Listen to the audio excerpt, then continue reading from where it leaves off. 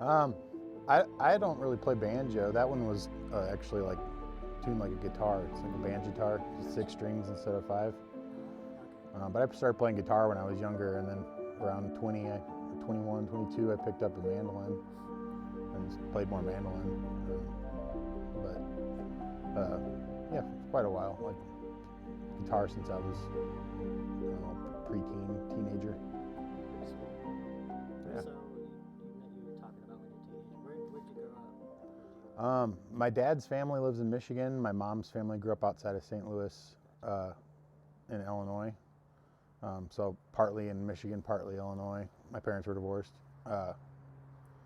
And then as an adult, I've moved around quite a bit. Some in Michigan, some in Illinois. I moved to Providence with a girl, and I lived in Oregon for a year. And so I moved around a little bit, but most recently I came to the trail here from Kentucky.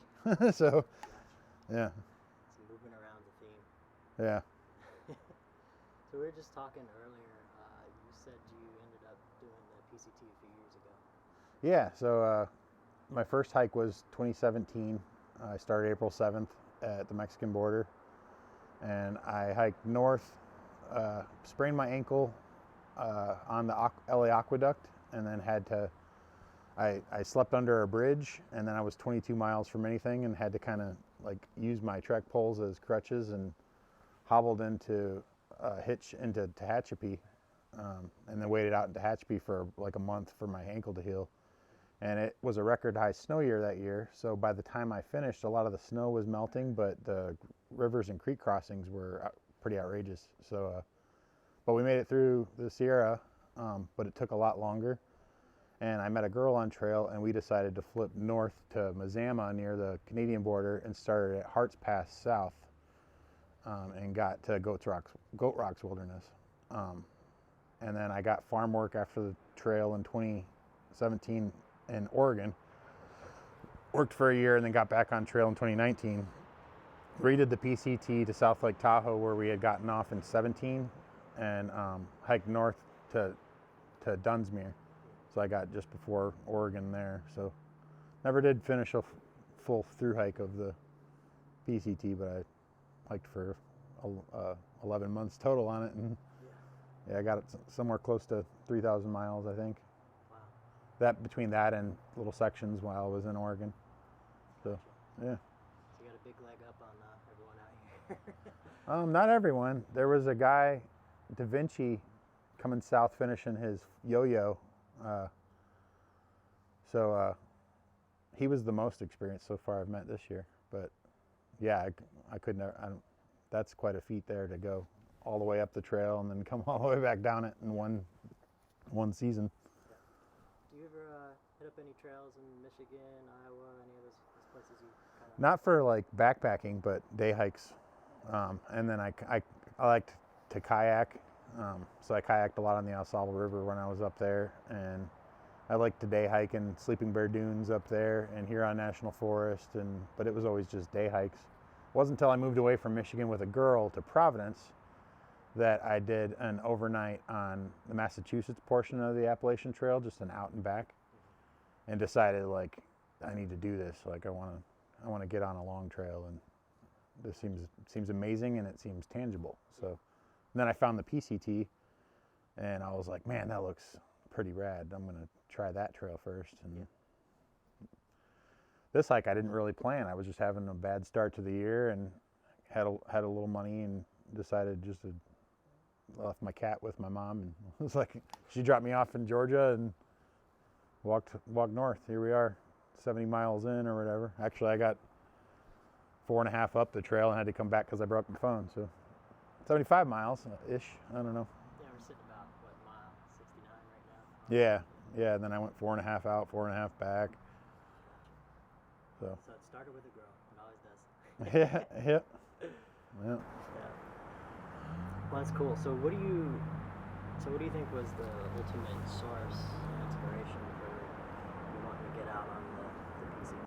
For like, I'd always loved hiking, and even as a kid, I was always outside catching snakes. And me and a friend growing up would throw little parties at this place we called the Cliff in between the two towns where each of us lived, or we would haul out beer and we'd have a big campfire up on this little ledge, and everybody would hang out and we would just sleep out there, pretty much cowboy camp by the fire. And then it just kept growing to where I eventually got a backpack, and I was doing some overnights. Like I did some in Shawnee National Forest in southern Illinois, and then while I was there, and then yeah, eventually at the PCT didn't have a whole lot of experience. Just had a super heavy pack and was one of those guys. Then I had a lighter pack for 19, and it was a lot more enjoyable. Yeah, I just love being outside and hiking, and I wanted to do something that wasn't just surviving, just working. So I definitely understand that. What do you think necessarily attracts you to nomadic living? Is there anything particular? Is it just that you don't feel like maybe you can do well kind of in the matrix doing a regular 9 to 5, or is it something else? Because I see a lot of people out here, and there's a few kinds of people. I think there's people who are trying to escape from something, there's people who are trying to escape to something, and then there's people who are just out here to have a good time. Yeah. I definitely feel like I fell in the group of trying to escape from things, so that's why I came out here. Yeah. What would you say is the source for you? Well, in the real world, I escape the reality of the daily grind with like fantasy stories. I'm a big Tolkien fan. I just read the Patrick Rothfuss Kingkiller first 2 books. We're waiting on more books from him. I liked Harry Potter. I like just any fantasy adventure, but especially like epic journey style fantasy adventures like Tolkien. So I think just between stories and movies and things like that, and just loving to be outside, I've just always wanted adventure. So I have struggled with depression, but I wouldn't say that I'm trying to escape that out here, but this is definitely the cure for that. You find amazing humans. When you start thinking that good people aren't around anymore, you get to a long trail, and then there's all these acts of kindness and other people on their journeys growing and getting better, and you kind of see the best in people. And now I'm addicted to it, both the human side of it and just the adventure. Like I like adventure, I guess. I haven't done anything too radical, but like I like a healthy level of uncertainty and what's ahead, and always seeing something new every day. Haven't done anything radical like most of the PCT or hop on the AT. Right, but radical, I guess, is a relative term. Yeah. That's pretty well laid out for you, like with gut hooks now far out.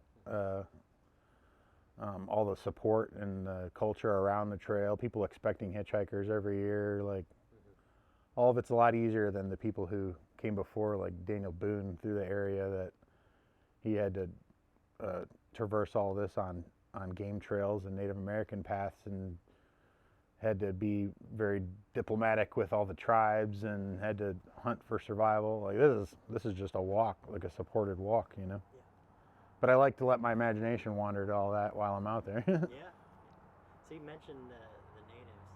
We were having a conversation earlier about these mountains and kind of the history behind it. And you mentioned that you have some native history in your family. Yeah. So my mom started putting together the family tree years ago, and then when Ancestry.com and those types of websites started, she got on there, and with birth and death certificates, she's traced us back like a direct line, making me the 8th great grandson of War Chief Dragging Canoe, who is a Cherokee chief, the son of Chief Attacullaculla, who was one of the, I think, 9 Native Americans to go across the ocean and meet what would it have been, King George II. Anyway, I'm not too savvy on it, but also other, not just Native American ancestry. All of our relatives came through, like with Daniel Boone, and in that family, like I think I'm distantly related to Daniel Boone as well. So we she discovered, came through on that wave of settlement, and have family on both the native side and the settlers side, and I've just wanted to get out here, not just for the Appalachian Trail, but to experience like these woods, you know, like in these mountains that my ancestors may have been in the same place or somewhere nearby.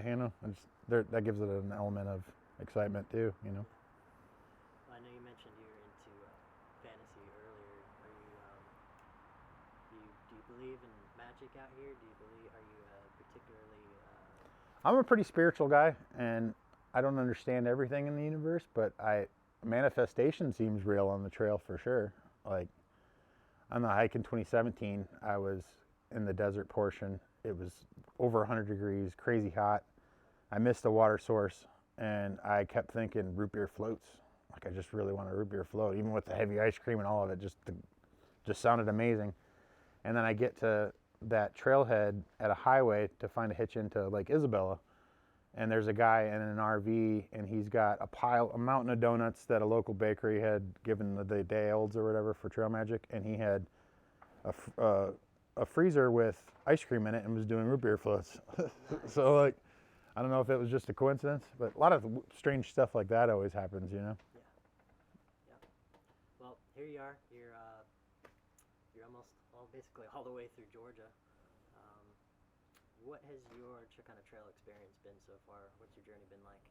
It's been really great. It's been completely different than any other long hike I've done, where this time I'm relaxed and comfortable, and I kind of knew what I was getting into, and my pack is light. But I have appropriate gear for cold. I have good shoes. I know how to take care of my feet. So I feel like pretty experienced. And on this trail, most people I've met it's their first time. So like, it's been kind of cool for people to just kind of see that I'm pretty comfy and ask me questions, and I can share that like people did for me when I was the new guy, Yeah. And then this trail is steep, so like I feel like I'm getting my legs under me a little quicker than the past. I'm taking it slow, just listening to my body. My left foot was tender, so I slowed down, and then when it was feeling good again, I did a 16, and then it hurt again, so I slowed down again. But being able to give that advice to just not have daily goals so much as just listen to your body and the trail and do what feels good rather than risk injuring yourself and ending your hike so early. But yeah, everybody's been awesome already. It's been great to be back in like trail culture where everybody's on their big adventure, and rather than encountering people on their daily grind, everybody just has a better kind of energy about them, Yeah. Is there any particular unique kind of social dynamics that you see out here on the Appalachian Trail versus maybe the PCT? Yeah, the PCT, there were people from all over the world. There were a lot of Germans, some Danish, some French, some people from New Zealand, China, Japan, like everywhere, all across the world. And people with, like, it might have just been my experience, but even out of the start in Campo, like there were a lot of people who just knew what they were doing, like ultralight packs, had hiked other trails, other parts of the world.